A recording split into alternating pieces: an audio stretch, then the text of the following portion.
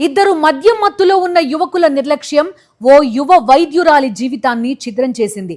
మద్యం సేవించి విచక్షణారహితంగా కారు నడిపి డాక్టర్ ప్రియాంక స్కూటీని పలుమార్లు ఢీకొట్టడమే కాకుండా ఆమె తలపై నుంచి కార్ని నడిపిన దుర్మార్గం తీవ్ర కలకలం రేపుతోంది. ప్రస్తుతం బాధితురాలు బ్రెయిన్ డెడ్ అయి ప్రాణాపాయ స్థితిలో ఉండగా నిందితులపై నమోదైన కేసులు, పోలీసుల వ్యవహార శైలిపై తీవ్ర విమర్శలు వెల్లువెత్తుతున్నాయి.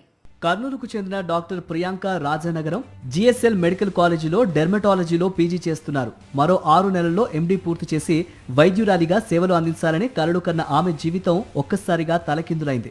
ఈ నెల 3వ తేదీన రాజమండ్రిలోని ప్రసాద్ ఆదిత్య మాల్కు బ్లాక్ కలర్ నెక్సాన్ కార్లో వచ్చిన ఇద్దరు యువకులు మద్యం మత్తులో ఉన్నట్లు మాల్ సెక్యూరిటీ గుర్తించింది.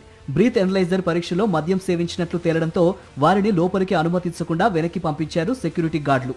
అనంతరం మద్యం మత్తులోనే కారును నడిపిన యువకులు అక్కడే స్కూటీపై ఉన్న డాక్టర్ ప్రియాంకను లక్ష్యంగా చేసుకుని ఒకసారి కాదు, 2 సార్లు కాదు, 3 సార్లు అత్యంత వేగంగా స్కూటీని ఢీకొట్టారు. దీంతో ప్రియాంక కింద పడగా ఆగకుండా కారు ఆమె తలపై నుంచి దూసుకెళ్లింది. ఈ దారుణ ఘటన సీసీ కెమెరాల్లో రికార్డైంది. తీవ్రంగా గాయపడిన ప్రియాంకను ఆమె స్నేహితులు, కుటుంబ సభ్యులు తొలుత రాజమండ్రిలోని ఆసుపత్రికి, అనంతరం మెరుగైన చికిత్స కోసం హైదరాబాద్కు తరలించారు.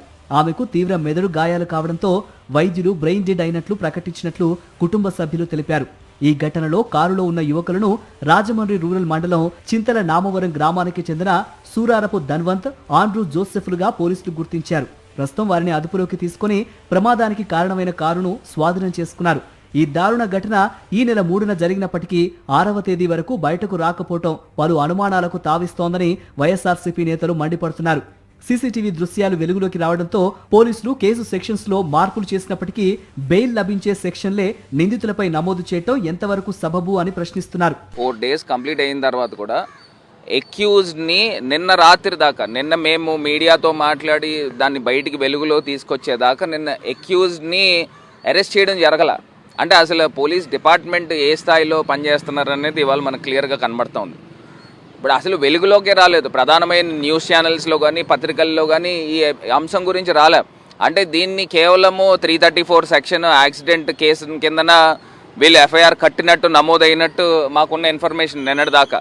నిన్న ఎప్పుడైతే మేము స్పందించామో సోషల్ మీడియా వేదికగా అసలు పోలీస్ డిపార్ట్మెంట్ కానీ ఇంతమంది ప్రజాప్రతినిధులు ఉంటున్నారు, ఇప్పుడు దాకా దీనిపైన ఎందుకు స్పందించలేదు?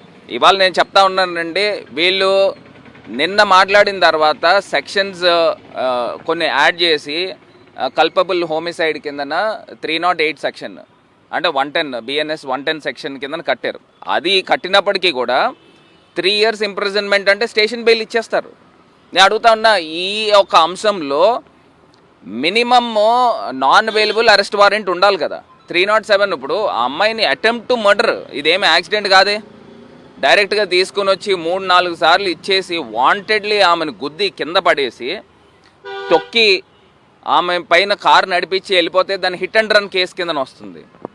అక్కడ ఉన్నవాళ్ళు సెక్యూరిటీ గార్డ్స్ కానీ అక్కడ ఉన్న ఐ విట్నెస్లు వీళ్ళందరూ కూడా వారిస్తూ ఉన్నారు. అయినప్పటికీ కూడా 3-4 సార్లు గుద్ది ఆ అమ్మాయిని కింద పడేసి డాక్టర్ని ఆ అమ్మాయి పై నుంచి ఎక్కించుకుని తీసుకుని వెళ్తే ఆ అమ్మాయిది బ్రెయిన్ డెడ్ అయింది. రాజమండ్రి యాక్సిడెంట్ ఘటన రాష్ట్ర వ్యాప్తంగా తీవ్ర ఆగ్రహానికి దారితీసింది. బాధితురాలి కుటుంబానికి అండగా ఉంటామని, పూర్తి న్యాయం జరిగే వరకు పోరాటం కొనసాగిస్తామని మాజీ ఎంపీ మార్గని భరత్ స్పష్టం చేశారు. కేసు విచారణను పారదర్శకంగా నిర్వహించాలని, నిందితులను కాపాడే ప్రయత్నం జరిగితే తీవ్ర ఆందోళన చేపడతామని హెచ్చరించారు. మరిన్ని అప్డేట్స్ కోసం ఛానల్ ను సబ్స్క్రైబ్ చేయండి. నోటిఫికేషన్స్ కోసం బెల్ ఐకాన్ పై క్లిక్ చేయండి.